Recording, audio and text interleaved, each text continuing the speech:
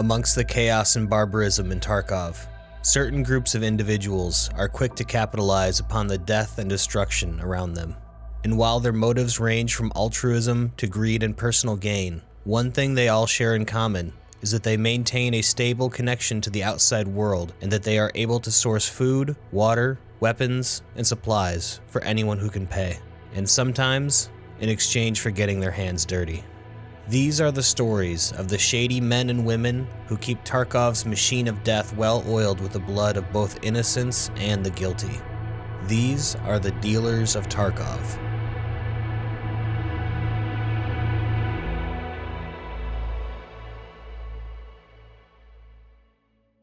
For weeks, you've been the personal errand boy for quite possibly the scummiest dealer in all of Tarkov.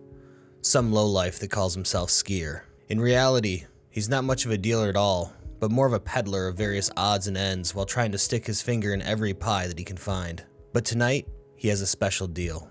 Some kind of meetup or greeting, so you head over to his place and see what it's about. After awkward greetings, Skier starts to go off on some kind of tangent about how you and he are best buds and all that garbage. You roll your eyes, but it isn't long before he mentions that he thinks it's time that you meet with a real big player in the Tarkov scene. Someone with Western connections that has serious jobs that require talent and muscle. Someone like yourself, he remarks. The only catch is that Skier wants you to fork over $6,000 to foster the connection. You almost object, as that's just about all the Western money you have right now. But you take a second to think about the opportunity and eventually agree. Skier smiles and tells you that a man by the name of Peacekeeper will be contacting you shortly. Tadeusz Pilsudski is a supply officer for the United Nations peacekeeping force that is currently assigned to the Norvinsk region. Established in the final days of World War II, the United Nations is the successor to what is now considered to be the failed and ineffective League of Nations. The goals of the UN are broad, and in many cases they've been successful with missions to prevent war and violence, decrease infant mortality and poverty, and prevent the spread of HIV and other diseases. But one component of the UN is their peacekeeping force. While not technically considered an army, it is an armed military force that is dispatched to various areas of the globe where violence erupts or is on the cusp of doing so. The effectiveness of the blue helmets, as they are called, is a highly debated topic, as in some cases they've proven to be effective, but in other cases, having UN troops occupying your country is nearly just as bad as foreign invaders. And there's been no shortage of scandals whenever the so-called peacekeepers arrive. When open violence erupted in Tarkov, UN peacekeepers were dispatched to prevent the conflict from spreading further. But there's more going on if you read between the lines. The United Nations consists of 193 member nations, or almost every sovereign country in the world. But it's no secret that the actions of the UN are heavily influenced by Western ideals and ambitions, particularly that of the United States. And once American intelligence agencies learned that a possibly explosive situation was developing right inside of Russia's borders, it's entirely plausible that they may attempt to forge deals and alliances with anyone friendly to their cause. Enter Tadeusz Pilsudski, or as he prefers to be called, Peacekeeper. As your relationship with him grows, you'll learn just how deep his connections are, and just how low he's willing to go to pocket the spoils of war for himself. When you first meet Peacekeeper, by now you've become accustomed to the trial phase nearly every shady person in Tarkov engages in whenever they sniff out a new merc. You know they're just sizing you up and making sure that you can get the job done without mistakes, but by now you've done this so many times that it aggravates you. You wish you could just pay one of the locals to do it for you. But nevertheless, Peacekeeper wants you to drop off an SV-98 and multi-tool for one of his contacts by the beach on Shoreline, and with a chip on your shoulder, you oblige him. Surprisingly, Peacekeeper is quick to let you in on his dirty secrets as soon as you return. The Russian government has supplied the peacekeeping operation with several Tiger armored vehicles for urban patrol and reconnaissance purposes. Unfortunately, the threat of the local scavs was underestimated, and the mission was a complete failure. Now these vehicles sit abandoned, but Peacekeeper wants you to put tracking beacons on them so he can salvage them and sell any sensitive parts or electronics to American intelligence. You don't say anything, but you are momentarily taken aback by how loose-lipped Peacekeeper is with his connections to the CIA. That kind of shit will get him killed someday, you think. As soon as you return from this task, Peacekeeper immediately sends you out again on a similar mission, but this time to pinpoint the location of 3 T-90 tanks on Shoreline. This Russian armor is apparently not an export model, which means it contains all kinds of laser rangefinders and other electronics that are of interest to Peacekeeper's contacts.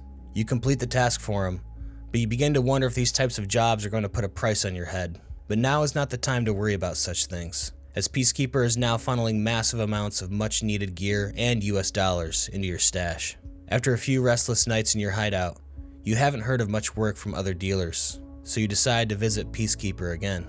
He seems slightly annoyed and wants you to once again patrol shoreline. 2 UN trucks carrying humanitarian supplies and food were hit by a band of scavs, and he wants you to find them.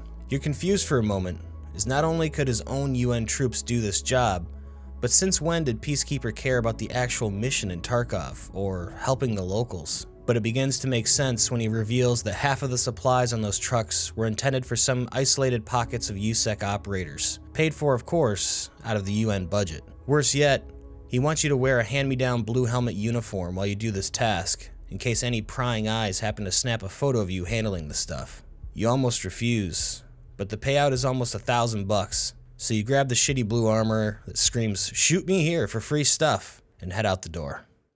You wait until nightfall to locate the trucks in an effort to lessen the obviousness of your neon blue costume. The first one was easy enough to find, but the second was near the health resort. And just as you approached, there was all kinds of commotion inside. So you planted your marker and made your way towards Xville. While passing the swamp, you break out in goosebumps, and the eerie feeling that someone is watching you nearly overwhelms your senses. As you quicken your pace, your heart skips a beat, as you could have swore that a black figure darted from behind a tree and into the inky blackness of the night. You raise your rifle and click your Surefire X400 flashlight in the direction of the motion. Who's there? Identify yourself. Nothing but gently moving leaves and bushes, pushed lightly by the night breeze. But only the chirp of crickets and the croaking of frogs answers your call. I'm losing my goddamn mind, you think to yourself, but you quicken your pace all the same. You're nearly to the other side of the swamp now and can smell the salty breeze of the ocean.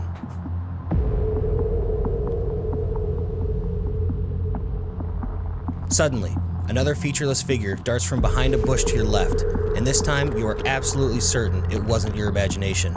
You break into a full sprint, running through bushes as their brambles and thorns cuts your exposed skin and threatens to snag on your gear. Icy sweat breaks out all over your body, and you hear an inhuman laugh directly behind you, cackling in delight from your panic. You pull the quick-release straps on your backpack and plate carrier, dropping them to the ground with a thud and enabling you to run even faster. You finally make it to the collapsed tunnel and feel a wave of relief wash over you as you spot the blue-helmeted UN troops waiting there for you, which instantly morphs back into panic as they raise their rifles at you, and the accented voices from 10 different countries bark commands at you to raise your hands in the air in 3 different languages. You gasp, "Tadosh, Peacekeeper, hold your fire," praying that the name drop will calm the poorly trained and rank amateur UN soldiers. It works, and after sharing your credentials, you make it back to Peacekeeper's office near the port without injury.